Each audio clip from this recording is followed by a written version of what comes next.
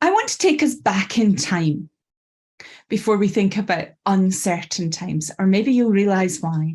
I want to take us back to early January 2020. What were you doing at that point? Or what were you dreaming of or planning for the year ahead? What resolutions were you making or maybe even breaking? For me, I had a great plan for work. I lead a child sponsorship charity that's based here in Germany. And we were planning to raise money in the ways that we had always done. We would be delivering local services in Albania and Guatemala, gathering children into our feeding programs and our medical facilities. I was going to lead a group out to visit one of our locations. And we were planning events and festivals where we could go and fundraise and promote. In Toastmasters at that point, I was a candidate for second vice president, the beginning of the executive leadership journey. And I was preparing for convention in Paris. I was gathering a team, making plans, and just generally getting ready for what I believed would be one of the most exciting journeys of my life. Yet in only a matter of a few weeks, everything changed. And I, probably like you and most people in the world, was plunged into a world of uncertainty and crisis. I think that's probably a fair way to describe it. Even before that pandemic began, though, we were living in a world that could be described as a VUCA world. That's a term you may have heard of before, where in a VUCA world where change is constant and the speed of change is accelerating as the world becomes more unstable and less predictable. The past was becoming less reliable as a predictor of the future. Since then, our world has become, I think, super VUCA. VUCA was a term that was coined by US military planners to describe radically different and unfamiliar security environments they were facing. And today, this presents challenges that individuals, teams, leaders, and whole organizations have to face. As you can see from the slide, VUCA is an acronym for volatile, where change is constant, unpredictable, and can be quite dramatic at times. Where it's uncertain, the past is losing its relevance as a predictor of the future. Planning for any kind of growth and development is difficult as it becomes less certain what the trends will be. It's complex, problems are more multi-layered, harder to understand with the potential to cause confusion, and ambiguous. It's rare to find complete clarity.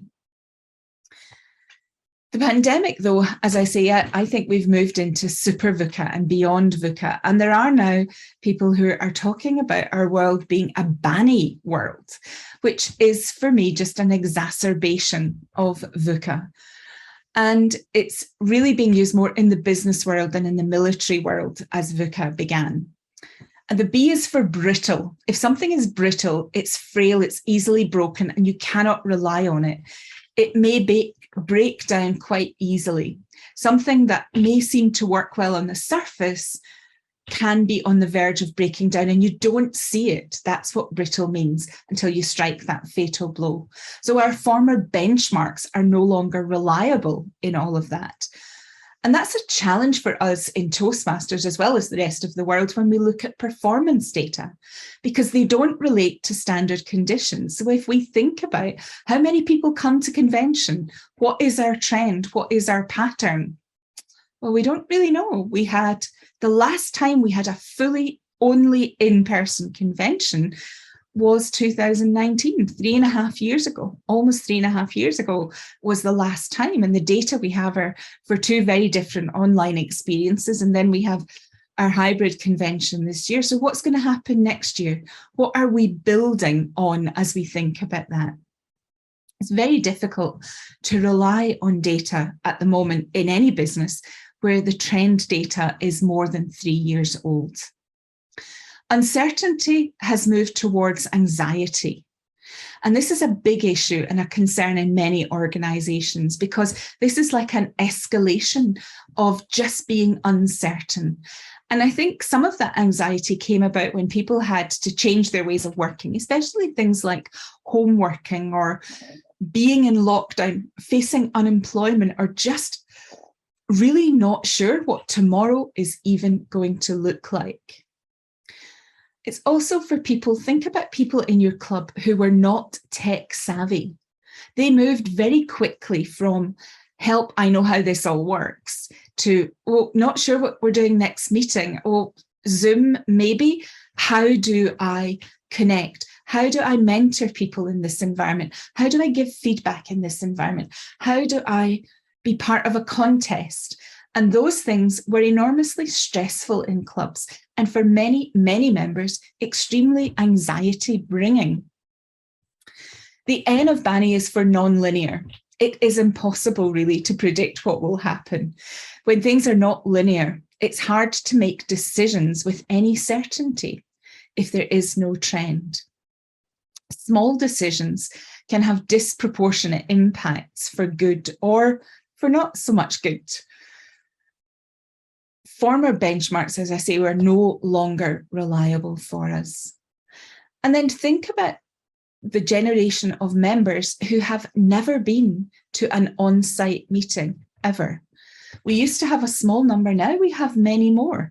And if they joined your club when your club was meeting online and you're about to make a change, what does that mean for them and for your club? And my own club has actually just faced a question regards this recently, and it's about finance. We're thinking about our club dues. So should members who join for an online experience pay less than those who want to go to the hybrid event in the room because the room costs us money? So we're having to face questions that are not just a pattern of this is what our dues have been and this is how we'll increase them in the future. We're actually having to begin to think in our club about, do we have different categories of club membership dues for people who join? That's going to be a hard question to solve because we're starting afresh. And then finally, ambiguity has become incomprehensible because these non-linear results that we see can often lack logic, and it can be hard to understand the cause behind things. Even with big data, which we hear a lot about today, you don't have the knowledge to predict anymore because there are valuable signals in the data, but there's also a lot of noise in the data, and it's much harder to have an insight into what's actually going on. We just see situations. I was at the dentist last week and the hygienist said to me, "You're a pharmacist, so tell me, why can't I get my tablets? Why are they not available?" And that's really hard to talk about, those trends of raw materials not available, distribution, and the raw materials are available, but they're in a country that won't distribute at the moment. And all of those things that just make it really hard to understand the world we're in and to make decisions about how to solve problems and how to move forward. The result of all of that leaves many of us feeling quite overwhelmed by the world that we're in. And as leaders, we need to learn to play a game where the rules are changing constantly, and we are required to manage chaos and crisis. Sometimes in these circumstances, I think if we look at the people who lead us in the organizations that we are in, we may get quite frustrated. We think perhaps leaders should have been clearer with us. They should have been more helpful to us. Someone I know said, "Well, that's true. It may be their fault, but it's your problem. So what are you going to do about it?" And that really made me think, what am I going to do when I have any kind of position of responsibility during these times in an organization? We get to choose whether we want to stay in the uncertainty or whether we want to work as agents for change. How does uncertainty impact us or the teams that we are in, or the teams that we lead? So I have a question for you. And I would invite you, if you would like to respond to this question, you can drop your answer in the chat, but I'd really welcome a couple of people raising hands so we can hear from you too. And my question is this: thinking of this world of uncertainty that has been our norm for the last 2 years, who has been the best leader that you have experienced and why? As I say, feel free to drop it in the chat, but I would welcome maybe 1 or 2 people being willing to raise a hand and share with the whole group so we get to hear you too. Who has been the best leader that you have experienced in this season of uncertainty? And why? I can't believe you are this shy. I see a raised hand from Peter Millen. Oh, Peter. Hi, Peter. Good to see you. Peter and I are members of the same club.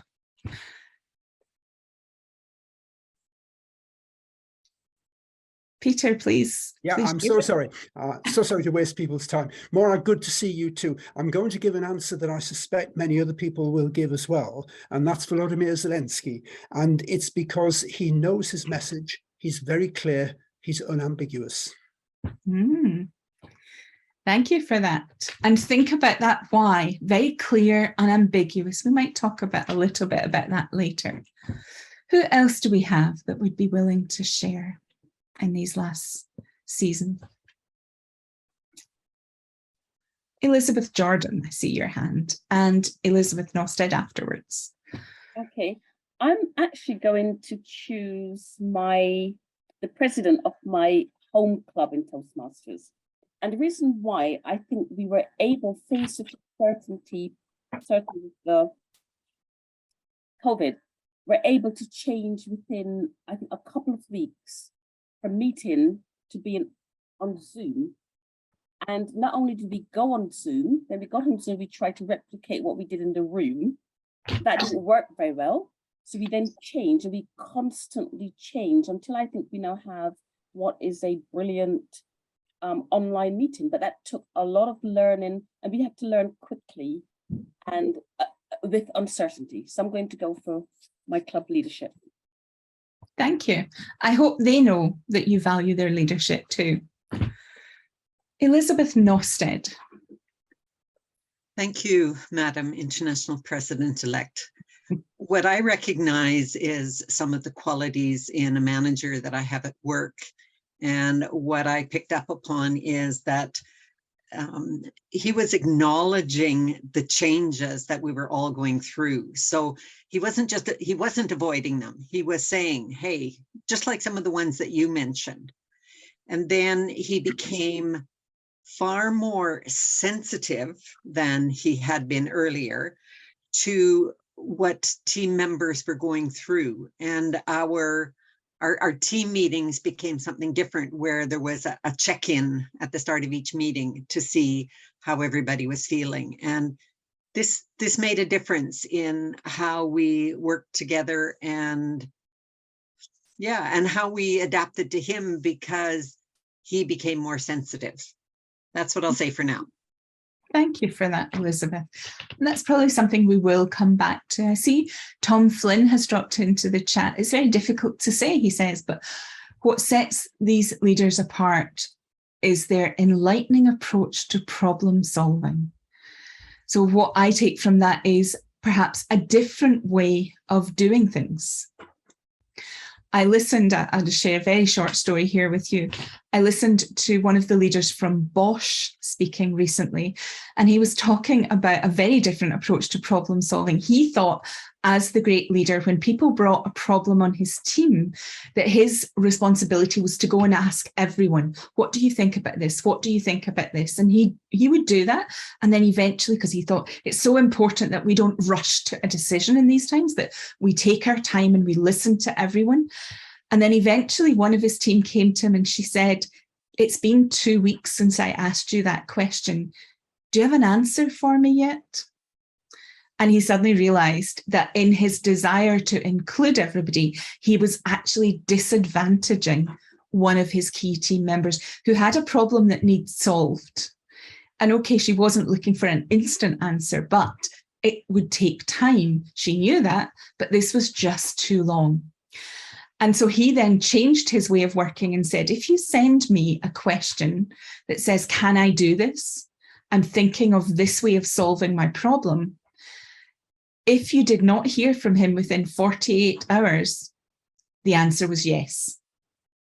You had the freedom to go ahead with the solution that you were proposing for your problem, because he recognized that they knew their situations best in many ways. And really, they should only be coming to him with things that were more difficult, because putting himself in this line of, I want to ask everyone before I give you an answer, was actually leading to him either micromanaging situations or abdicating. And I love that very different way of leading. Not everyone would be brave enough to say you have carte blanche after 48 hours. Maybe 72 might be tempting for some. So let's moving on a little to think about, we've heard about some leaders and some of the things they did that were effective. Let's look then at some strategies for leading through uncertain times, because every week we have reminder upon reminder that leaders can't control the degree of change and complexity that we face. And as leaders, that can sometimes leave us feeling a little bit stuck or overwhelmed, as we said. You know, I just think computing power has increased more than 1 trillion-fold since the mid-50s, but our brain power remains unchanged. Therefore, we need some smart strategies to help us. And the first of those, I believe, is that you have to lead yourself first.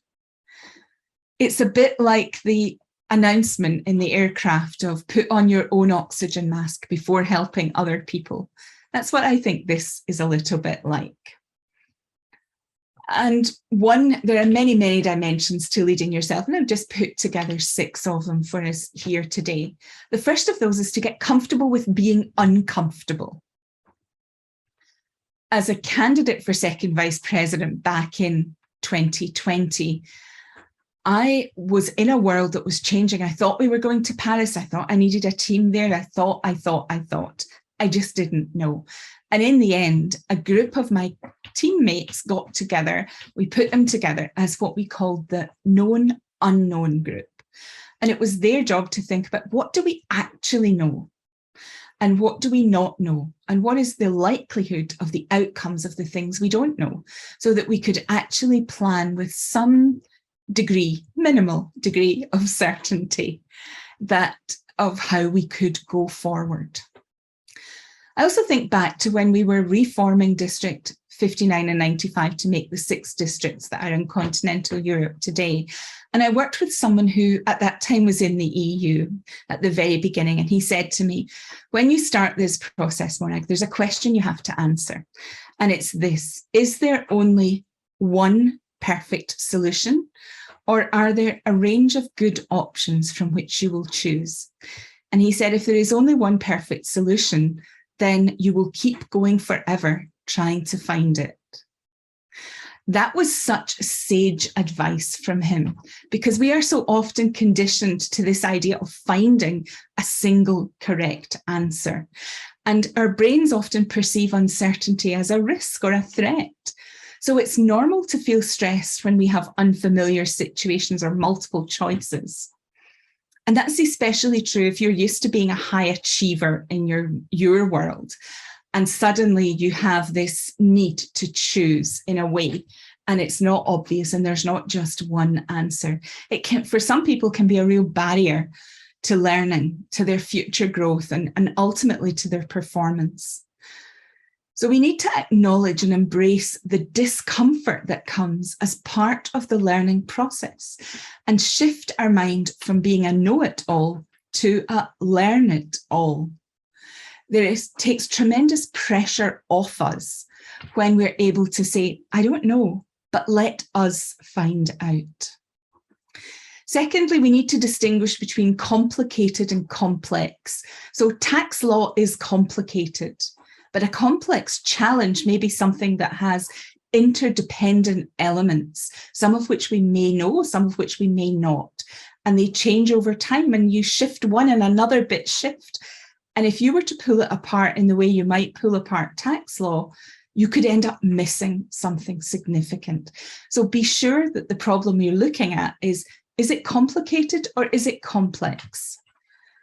And then, as I said, let go of perfectionism. Expect that mistakes will happen. And if you are prone to perfectionism, talk to someone you respect about how they deal with learning, about new opportunities, and about growth that they have experienced from mistakes that they made. And it will take time for you to get comfortable, but it's worth working on. Resist oversimplifications and quick conclusions. Complex problems need a little bit of time to work on them, and one solution may not solve the whole issue. Fifthly, get on the balcony. You may be wondering what I mean by that. So this is thinking about in a ballroom. Usually there's a balcony where you can go upstairs and watch the dancers dance. It's very easy to get stuck in the face of the challenges that are before us because we're so immersed in them. In the same way as if you are on the dance floor dancing, you don't see the danger that's coming around you. If there is danger, you don't see what everyone is up to. And if you're able to move from the dance floor to the balcony, you get a much broader perspective of what is happening. And it's easier to identify unexamined assumptions that you might already have that you didn't notice. And from the balcony, you can observe the interdependencies and the larger patterns that you don't otherwise notice. You also can see more of the obstacles and potential new solutions. Some people suggest that when you take that balcony position, there are 6 very simple questions that you should ask.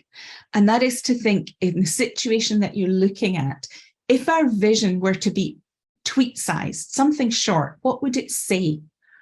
What are our key goals to achieving that vision? Not everything we need to do, but our key goals. And to achieve that, we are focusing on this thing, one thing or 2 things at most. And we are not focusing on this. So it keeps our perspective. And we will do this to achieve what we want to achieve. And tomorrow, this is our key action. So it's helping to develop that balcony viewpoint. And then finally, in leading yourself, don't go it alone. Many leaders feel isolated in these times, especially when they're facing continuous change and uncertainty. And part of the reason sometimes is a belief that they need to solve it by themselves.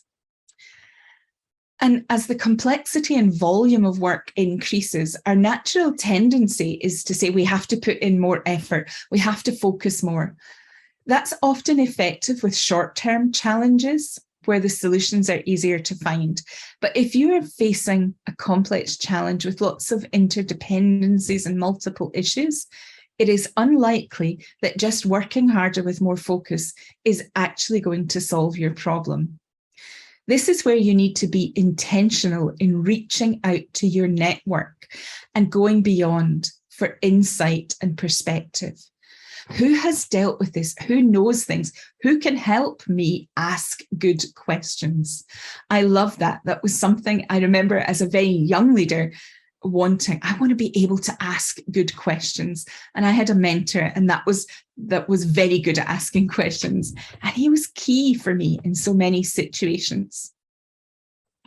Each of us has a limit to what we can know or our abilities, but we can expand that by bringing in expertise and helping ourselves by plugging into the resources of others. In uncertain times, leaders do need to adapt and flex because the playbook has not been defined for all of the challenges that we're facing right now. Existing solutions may not exist for the challenges, the new challenges that come our way. So in addition to thinking about leading ourselves, we want to make sure that we think about adaptive leadership. And that's more than just leading ourselves. How will we tune into situational awareness, getting that balcony view, and then knowing the people that we are leading and the situations we're facing? resisting the tendency to micromanage, as I shared in the story from the gentleman from Bosch. Ken Blanchard also says something really interesting. He talks about starting each day slowly before you get stuck into everything, spending just 10 minutes sitting on the edge of his bed every day with his palms down on his knees. He just listens to his body and thinks, what are my concerns about today? What are my things that are coming up today? And what has happened yesterday that's still troubling me? Then he turns his palms upwards and thinks, at the end of today, what do I want to be grateful for? And he just waits and quietly listens to himself. So instead of pushing harder, getting that focus and that, where do I need to adapt and change mindset, coming fresh every day. So more strategies, moving on from leading ourselves first. We need to, and we heard this earlier, if you remember, in the great leaders and what they've done, what we've identified, to lead with clarity. Clear and regular communication is absolutely vital in times of crisis, because people look to their leaders to gain that clarity, and they're looking sometimes for very explicit directions.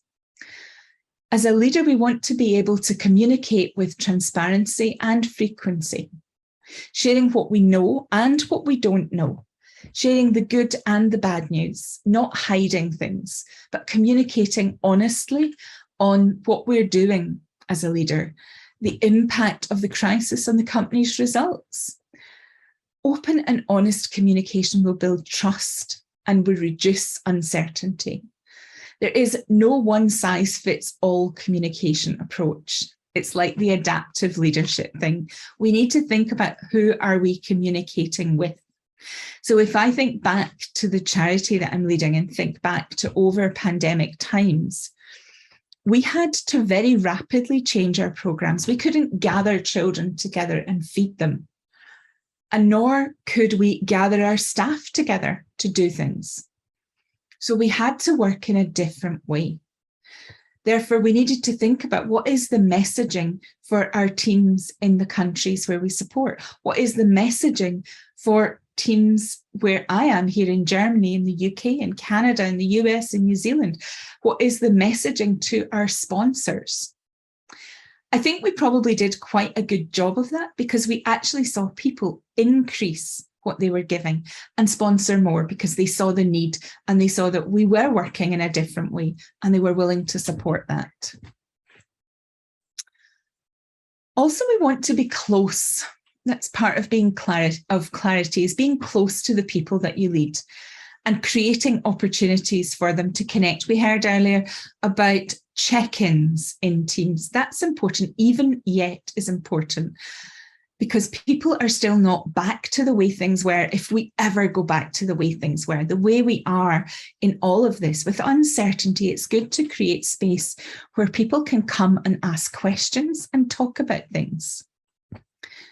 Over the last couple of years, my experience in the executive committee is we've held a number of town halls for district leaders where we've had the opportunity to meet with them. We've had Zoom hangout rooms where we could just go and chat and find out how things are. We've also seen more team meetings that we're invited to come and just be part of that and check in with people.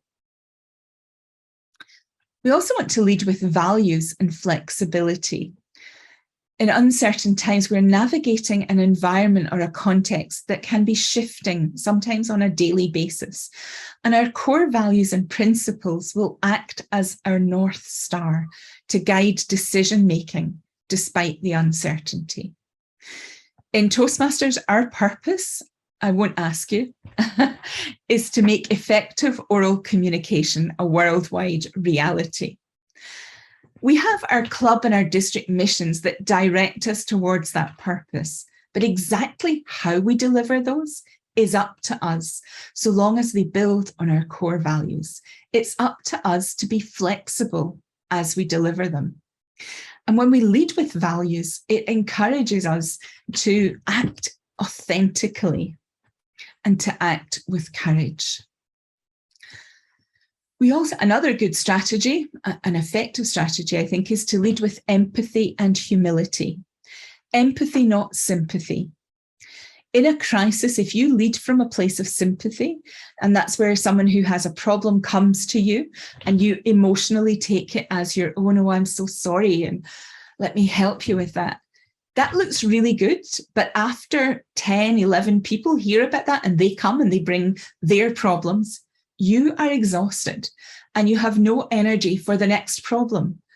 And you move to a place of closing the door and maybe even pushing people away when you feel that you cannot take any more. Empathy as a leader is taking a genuine interest in the people around you, finding out what makes them tick, what inspires them and the way they feel. Be close to your people, take time to check in, as we heard, and listen with empathy. Listen with all your senses to pick up non-verbal clues to measure the well-being of people and adapt your leadership style accordingly. Quite often when I am in Zoom meetings with my team or a committee that I'm leading, I will sit quietly at the beginning and I'll just look around the screen. And sometimes it's amazing what you notice. And if I see something, if I see someone who I think, they're not looking quite as bright as they normally do, they look worried, and you notice those things when you look at people, then I will take the time to reach out and ask, is everything okay? Or do you have time for a quick chat? We should always be willing to open up as a leader and display humility. It may be the first time that you're facing uncertainty on a major scale, and you are hit as hard as any other person. This was a lesson I learned as a very young manager when I was having a standoff, let's call it that, with a heating company about repairing the heating in the pharmacy I was managing. And my boss was involved, and it was all very dramatic and drawn out time-wise. It was late November and the shop was freezing and my staff were really cold. And one day when it all just got too much for me, when they came and complained again about being cold, I looked them in the eye and I said, you know, I'm just as cold as you are. I'd given up the brave face. That was a breakthrough point. That was a point when they realized we are in this together. And we were able to work together and resolve the situation fairly quickly after that. So dare to be vulnerable and share your challenges constructively, because you will inspire trust and credibility with your team. Lead with optimism and resilience. Uncertainty is usually a marathon, not a sprint. So manage your energy, mental, emotional, and physical energies, and take time to recover.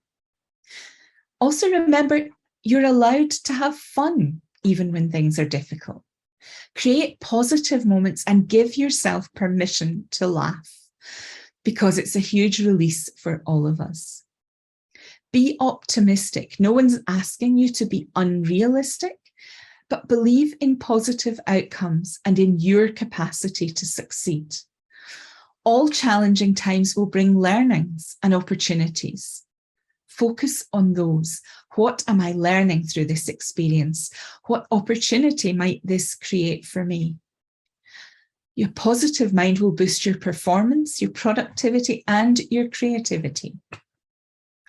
As a leader, we also are responsible for our organizations and the organization's resilience. So as we prepare for the future, it's good for us to think over the events that have happened and look at the learnings that are there. See how you can boost resilience for the future. Analyze what's happened, reflect and learn from the transformation that everyone went through. That could be quite an interesting exercise to do with your club leadership team. What have we gone through? What have we learned? And how have we grown in this time? Lessons that will take us into the future. Some people say you should go back and think about that image at the beginning of what were you doing in early January 2020? And with all that you know now, what would you advise yourself? back then for now. And think about doing that with your club, or if you're a district leader, with your district. One thing is for sure, in times of uncertainty, people need leadership. So as a leader, we need to step up, stay close to our people and show the way forward, communicate with clarity and honesty, and instill a sense of energy and optimism. There is no playbook written to manage uncertainty, so we have to be prepared to take decisions on our feet that may or may not work out. And as we do so, to focus on our values and our principles to guide our actions, trusting and empowering our people so that they feel comfortable taking the initiative and generating solutions to support results. Leaders who increase trust at all levels and lead with empathy, honesty, and humility will be better prepared in the face of future challenges. I have one final thought about leadership in uncertain times that I want to share with you, and it's this. Leadership helps predict the future by creating it. Lead yourself, others, and your organisation. You can't lead by simply providing instructions to follow. Provide guidance, generate trust, and be transparent and be open. Thank you very much. I hope you've found something of interest this evening, perhaps thought-provoking, a new question for you or a new idea.